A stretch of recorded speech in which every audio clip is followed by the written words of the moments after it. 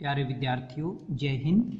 Statics के first chapter का first article में आपको करवाने जा रहा हूं पैरेललोग्राम लॉ ऑफ फोर्सेस। बहुत ही यूजफुल रिजल्ट है बच्चों ये। इस रिजल्ट के अकॉर्डिंग अगर मान लो किसी पॉइंट के ऊपर दो फोर्सेस काम कर रही हैं, आपको उन फोर्सेस का मालूम है। सपोज एक फोर्स इस तरफ है, इस तरफ, और कितने मैग्नीट्यूड की है, p मैग्नीट्यूड की, मीन्स इसकी लेंथ कितनी है, p है। ओके, और दूसरी फोर्स आपको मालूम है इस तरफ काम करती है और इसका मैग्नीट्यूड भी आपको मालूम है, सपोज q, मीन्स इस वेक्टर की लेंथ कितनी है, q। तो पैरेललोग्राम लॉ ऑफ फोर्सेस के अकॉर्डिंग एक पैरेललोग्राम ड्रा करते हुए हम इन दोनों फोर्सेस का रिजल्टेंट बता सकते हैं, किस तरफ आएगा और कितने मैग्नीट्यूड का होगा, ये हम बता सकते हैं। तो इस लाइन के पैरेलल आप एक लाइन ड्रॉ करेंगे इस तरफ, इस लाइन के पैरेलल इस तरफ ड्रॉ करेंगे। जो ये पॉइंट हमें मिला है, इस पॉइंट के साथ इसको मिला देंगे। तो जो ये नई फोर्स आई है, जो नया वेक्टर आया है, ये इन दोनों वेक्टर्स का, इन दोनों फोर्सेस का रिजल्टेंट होगा और मैं उसको r से रिप्रेजेंट कर लेता हूँ। मीन्स ये लेंथ कितनी है, r है, जो भी है ये, इसको हमने रिप्रेजेंट किया है r की हेल्प से।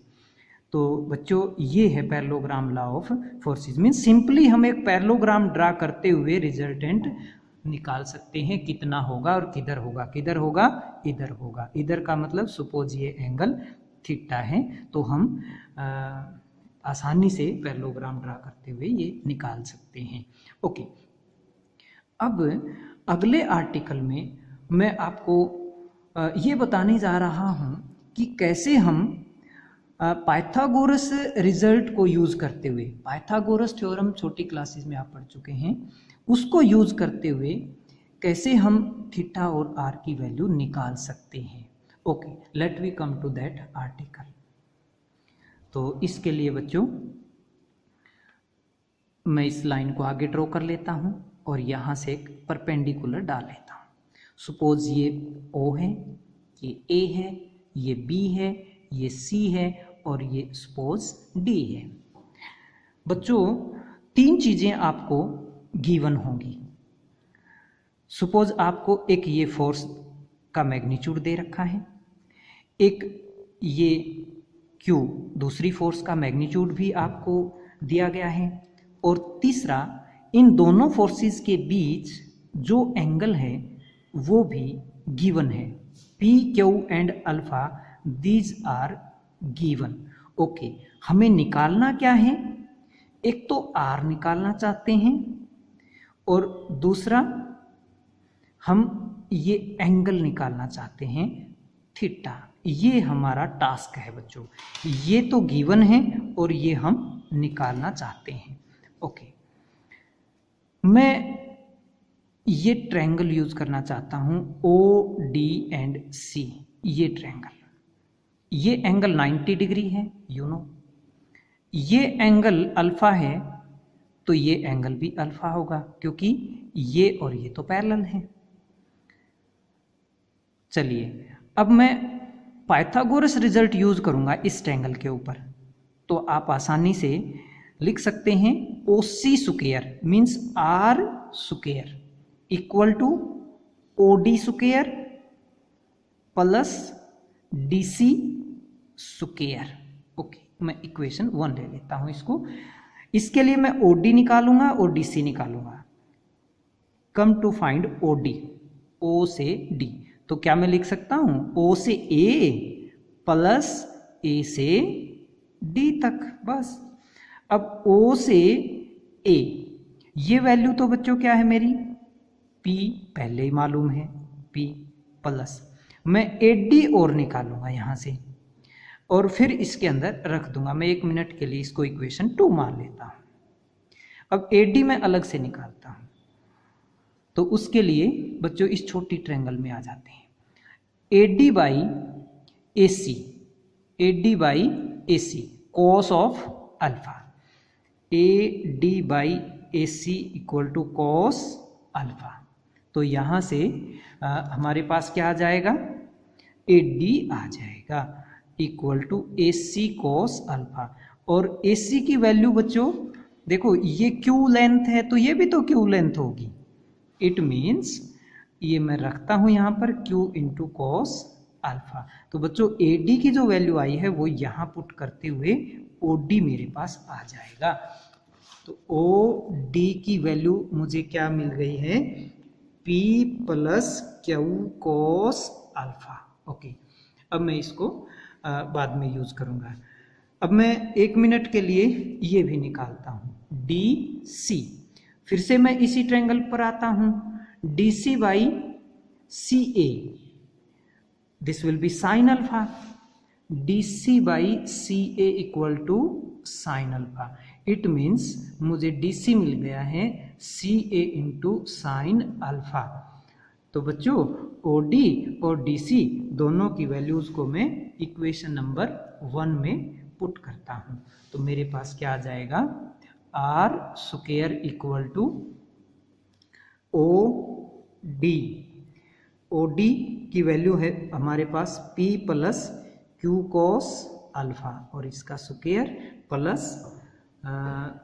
Q, ये वैल्यू देखो बच्चों यहाँ रखो Q, तो Q साइन अल्फा। तो मैं यहाँ रख रहा हूँ Q साइन अल्फा और इसका स्क्वायर, स्क्वायर खोल दो, P square plus Q square cos square alpha plus Q square sine square alpha. बच्चों P square as it is, इन दोनों में से Q स्क्वायर को इकट्ठा करो, साइन स्क्वायर कोस स्क्वायर 1 हो जाएगा, प्लस 2PQ, एक टर्म बच्चों यहाँ छूट गई थी, ये 2PQ cos alpha, 2PQ cos alpha. तो यहाँ as it is 2PQ cos alpha. तो हमारे पास यहाँ से R की वैल्यू आ जाएगी। ये स्क्वायर को उधर रूट में कन्वर्ट करेंगे, P square plus Q square plus 2PQ cos alpha. ये हमारा एक फार्मूला बन गया है। ओके, नेक्स्ट अब हम ये थीटा निकालेंगे।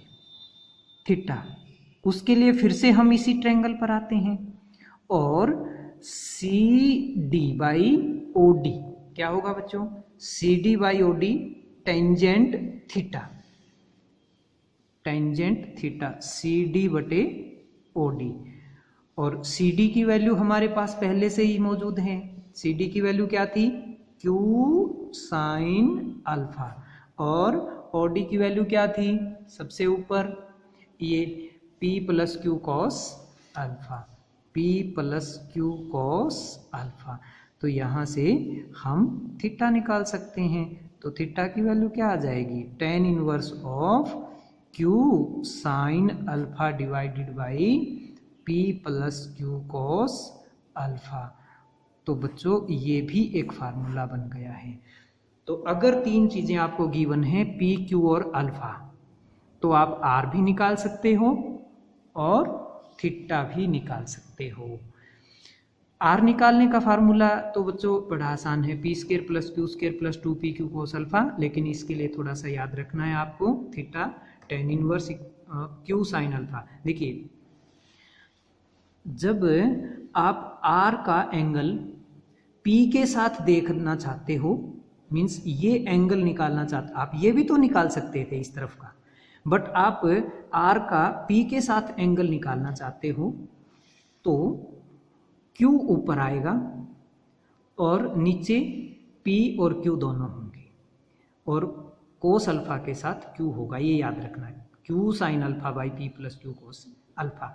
अगर आप इस तरफ का एंगल निकालना चाहते होते, मीन्स अगर ये थीटा इस फोर्स के साथ एंगल होता, Q फोर्स के साथ, तो फार्मूला क्या बनेगा, स्टेप्स बिल्कुल सेम रहेंगे।